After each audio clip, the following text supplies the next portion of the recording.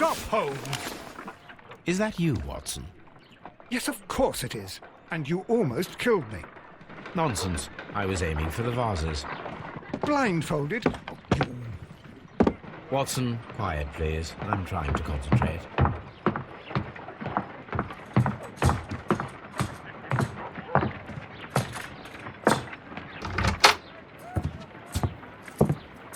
Ah, Lestrade. What is it this time? He can see me. Well, here it is, and it's a good one, Mr. Holmes. A gentleman by the name of Peter Carey, also known as Black Peter, has been murdered. A sailor, most probably. What happened here? Oh, Mr. Holmes, how could you? It's the only exercise I've had all week. A grateful client from Limoges sent me a vase collection this morning. I couldn't think of a better use for it. You're out of your mind. I missed 4 out of 10. Given you were blindfolded, that was very good. Can I have a try? Am I the only sane one here? I suppose that Watson is right, Inspector. A little brain work would be preferable now. Do please tell us more about Black Peter. Peter Carey, born in 1845 and 50 years old. An ambitious sort, he achieved much success in seal and whale hunting around Scandinavia. Retired in 1884 with a small fortune. He invested his money in a property called Woodman's Lee, near Forest Row in Sussex. It was where he lived for 6 years, and where he was found dead yesterday. Has the investigation already begun? Yes and no. In fact, this crime is so mysterious that I would prefer you to join me down there. Give me half an hour to prepare, Inspector. Take your time and join me there. I have to go through the yard first. The merry men struck again. What have they done this time? They robbed a powder reserve. I'll meet you at Woodman's Lee, Mr. Holmes. I should help Mrs. Hudson here. I also have several appointments that I must keep this afternoon. I shall go alone, then.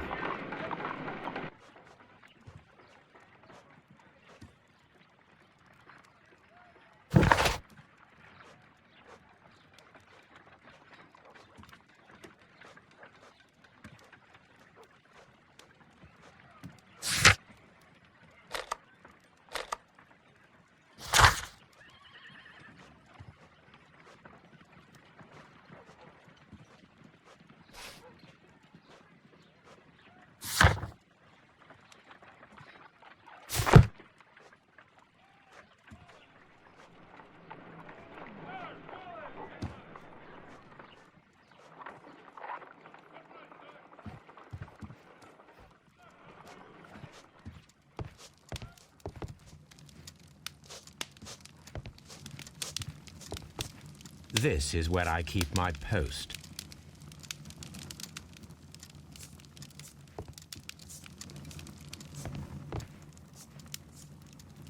My archive. I can always consult with it if needed.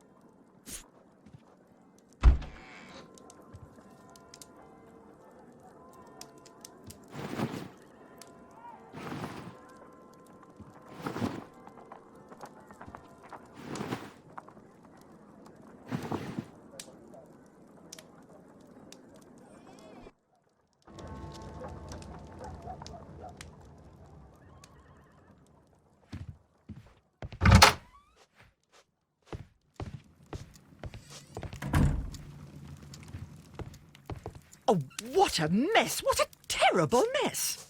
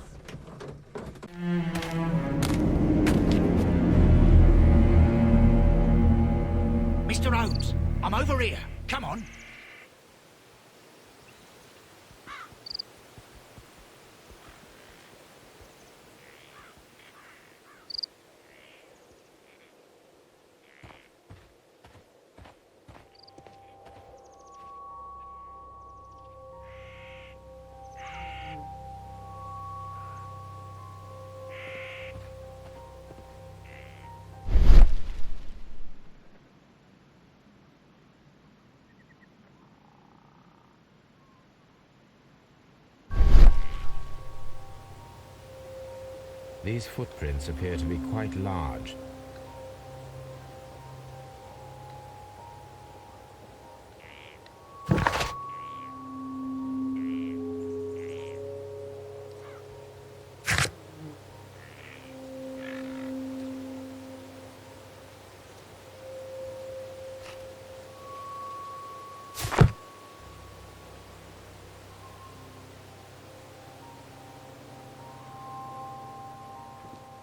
It seems that the garden was well maintained.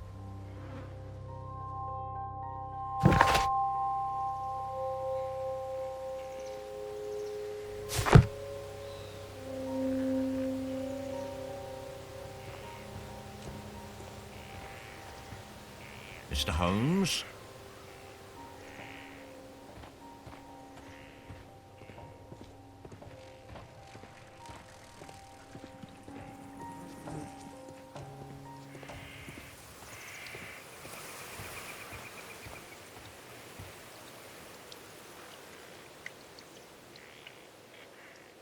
Inspector Lestrade, when will you remove my husband's body? It's sacrilegious to leave him here like this.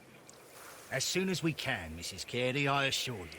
Allow me to introduce you to Mr. Sherlock Holmes. He's a detective. No doubt you've heard of him. I'll wait for you in front of the cabin, Mr. Holmes. My condolences, Mrs. Carey. Thank you, Mr. Holmes.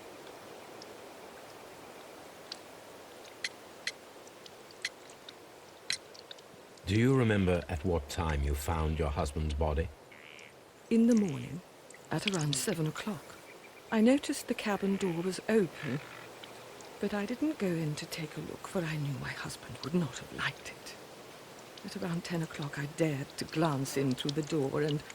oh dear.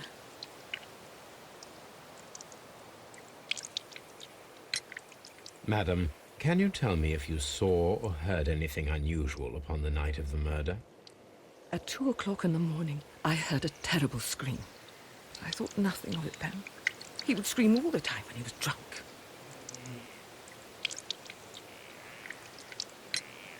Can you please tell me what occurred on the evening of the murder? Well, Peter got drunk in the evening. He was in such a terrible temper. Usually, whenever that happened, he'd stay all night drinking in his cabin before passing out. Was your husband accustomed to receiving visitors? Oh, no, I don't think so. I mean, he didn't really have many friends. He lived quite an isolated life here, after his retirement.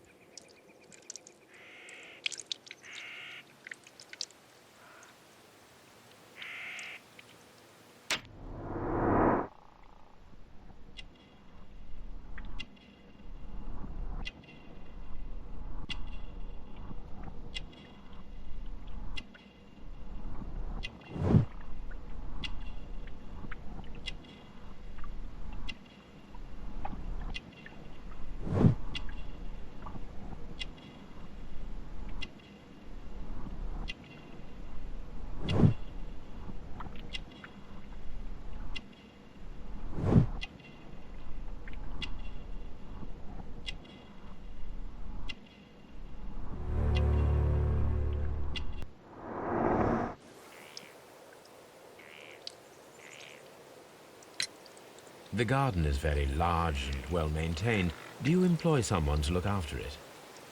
It is true, there is a lot of work, but my husband took care of it himself. You have indeed suffered a great loss, Mrs. Carey. Nevertheless, I believe it will be less of a burden for you soon. Yes, life with Peter was never easy, but he was still my husband. He was different, wasn't he, when you first met him upon your return from Plymouth? Yes, Mr. Holmes. Oh, my goodness, but how do you know about that?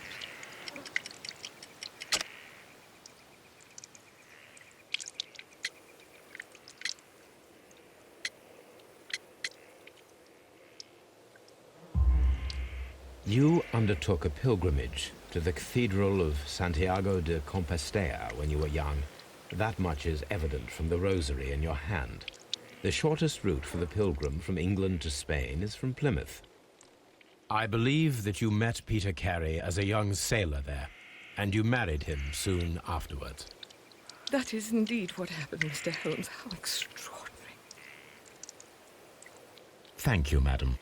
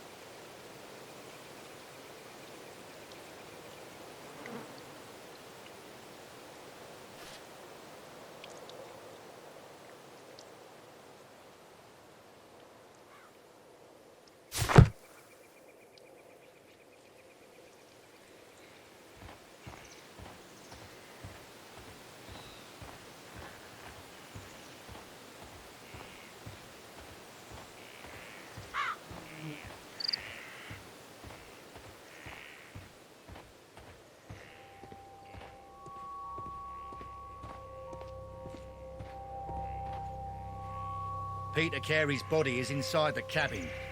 We took care not to touch anything.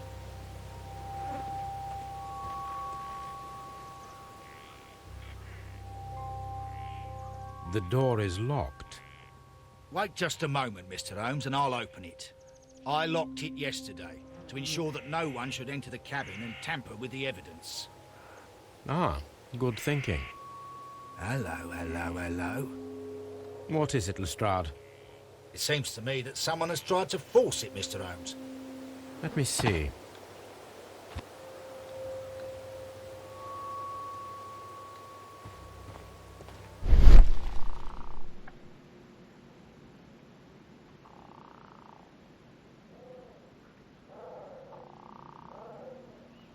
These scratches are fresh.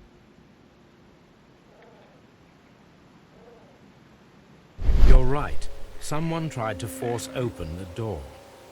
I swear these scratches were not here yesterday. Now, a mysterious visitor came here last night. Well, he's not the man for the job. This lock is not a difficult one. Perhaps he did not have the right tool.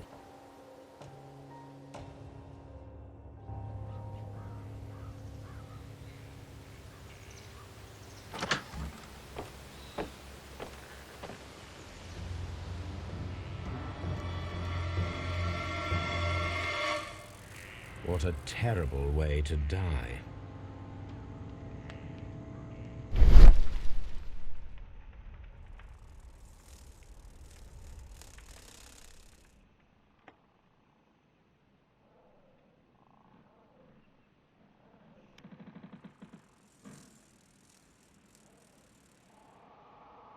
This place is not covered with dust, like the rest of the shelf. An object was taken from here. It was larger than a book. A box or a small chest, perhaps.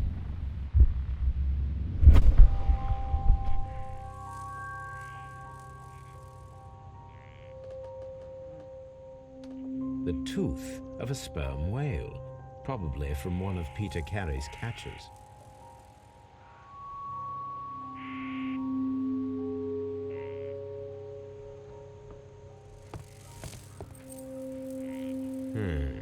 The ship's logs of the Sea Unicorn for the years 1878 to 1884. Peter Carey was her captain. Harpoons for hunting whales.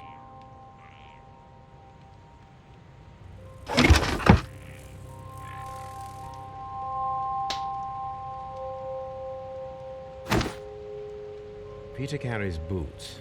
They look to be a size 8.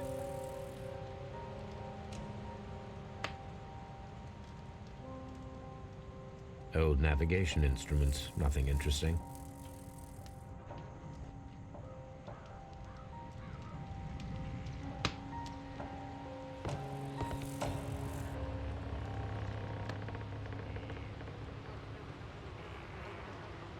Someone drank from this glass recently.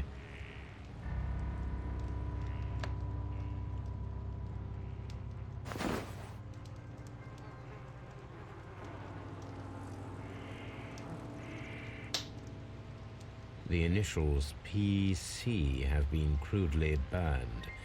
A sailor's work.